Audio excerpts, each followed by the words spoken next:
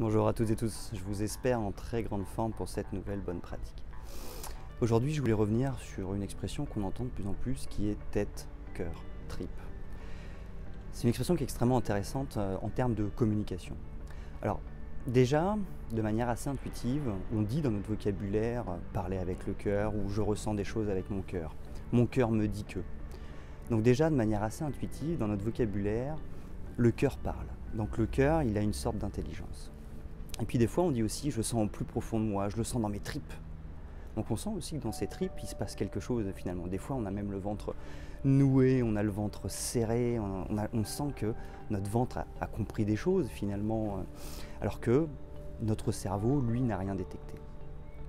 Et finalement, on est en train de se rendre compte avec les neurosciences, avec la science, qu'il y a des neurones, alors à la fois dans le cerveau, forcément, c'est là où il y a le plus de neurones, mais on est aussi en train de se rendre compte qu'il y a des neurones dans le cœur et qu'il y a des neurones dans les tripes. Tout ça, qu'est-ce que ça veut dire? Ça veut dire que finalement, c'est comme si on avait un petit peu trois cerveaux. Finalement, on a le cerveau rationnel, notre esprit, qui nous permet de communiquer avec nos employés. Généralement, c'est celui qu'on utilise souvent, où on va avoir un discours très rationnel, on va démontrer des choses de manière rationnelle.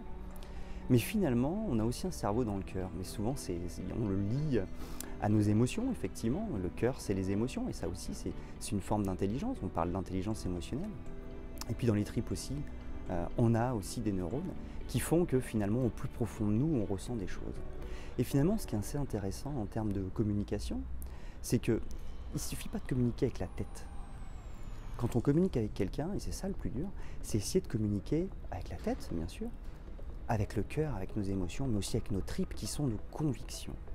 Donc, c'est toujours assez intéressant, lorsque la communication ne passe pas, de se dire, mais est-ce que j'utilise que ma tête ou est-ce que peut-être que je peux utiliser mon cœur pour communiquer avec la personne, c'est-à-dire communiquer d'un point de vue émotionnel, ou peut-être que je peux utiliser mes tripes, c'est-à-dire mes convictions, aller chercher les convictions de l'autre pour communiquer avec lui. Et si j'arrive à utiliser les trois, c'est-à-dire la tête, le cœur et les tripes, alors là, je vais pouvoir m'assurer d'une mise en dynamique qui est totale et d'une meilleure communication puisque je vais communiquer sur les trois registres. Voilà, j'espère que cette bonne pratique du jour vous a été utile, elle vous a inspiré et je vous donne rendez-vous dès demain pour une nouvelle bonne pratique.